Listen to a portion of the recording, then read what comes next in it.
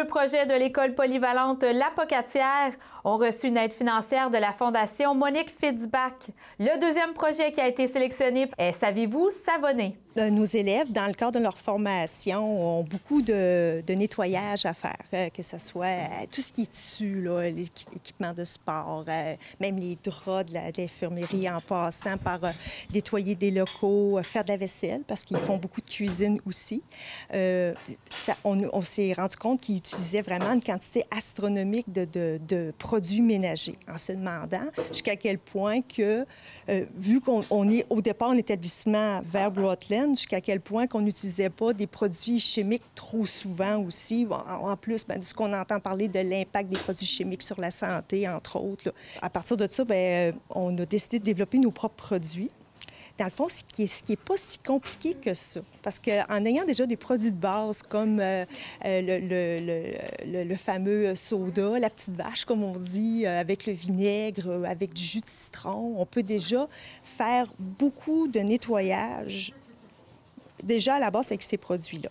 L'éducatrice qui travaille avec moi, Josée, qui est assez curieuse, est allée suivre une formation où est-ce que, justement, on lui a montré qu'en utilisant aussi des produits un peu moins communs, comme le savon noir, les huiles essentielles, le borax, entre autres, en tout cas, on pouvait développer d'autres sortes de produits que du produit à lessive. Ça peut être faire la vaisselle, ça peut être aussi du produit, une pâte à récurer. En tout cas, on est en train de développer à peu près, là, jusqu'à présent, 5 produits avec de l'argile.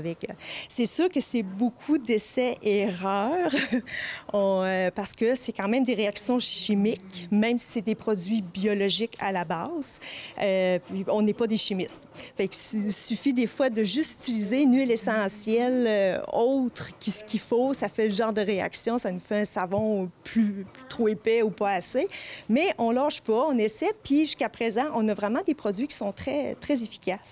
En tout cas, c'est pas pour les vanter, on les a essayés parce qu'on les teste tous, ça c'est sûr, parce que on a l'idée aussi de les mettre en vente, pas seulement pour les vendre aussi, pour sensibiliser les élèves, sensibiliser les gens de l'école de l'importance d'utiliser des produits biologiques au mieux pas seulement pour une question de santé, une question d'environnement, penser à nos eaux, penser à l'air qu'on respire aussi.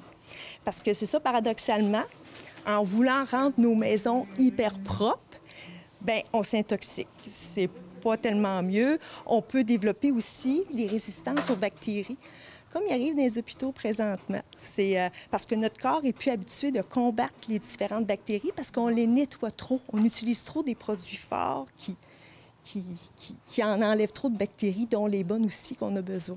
Parlez-nous des élèves qui travaillent avec vous, qui confectionnent ces savons. Est-ce qu'ils aiment ça? Oui, c'est des élèves qui aiment beaucoup être en action et qui ont besoin d'être en action pour justement apprendre. Puis à mesurer un nombre de grammes précis d'huile essentielle ou un nombre de grammes précis, ça leur amène des notions de cuisine indirectement. Le fait d'avoir à manipuler aussi au niveau de la motricité fine, le fait, justement, toute la vaisselle qu'il faut laver autour.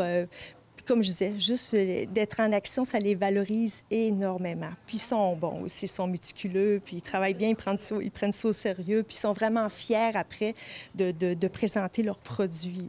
Et en terminant, c'est une fierté pour vous, votre école, d'offrir un tel projet aux élèves? Oui. Ah oui, c'est vraiment...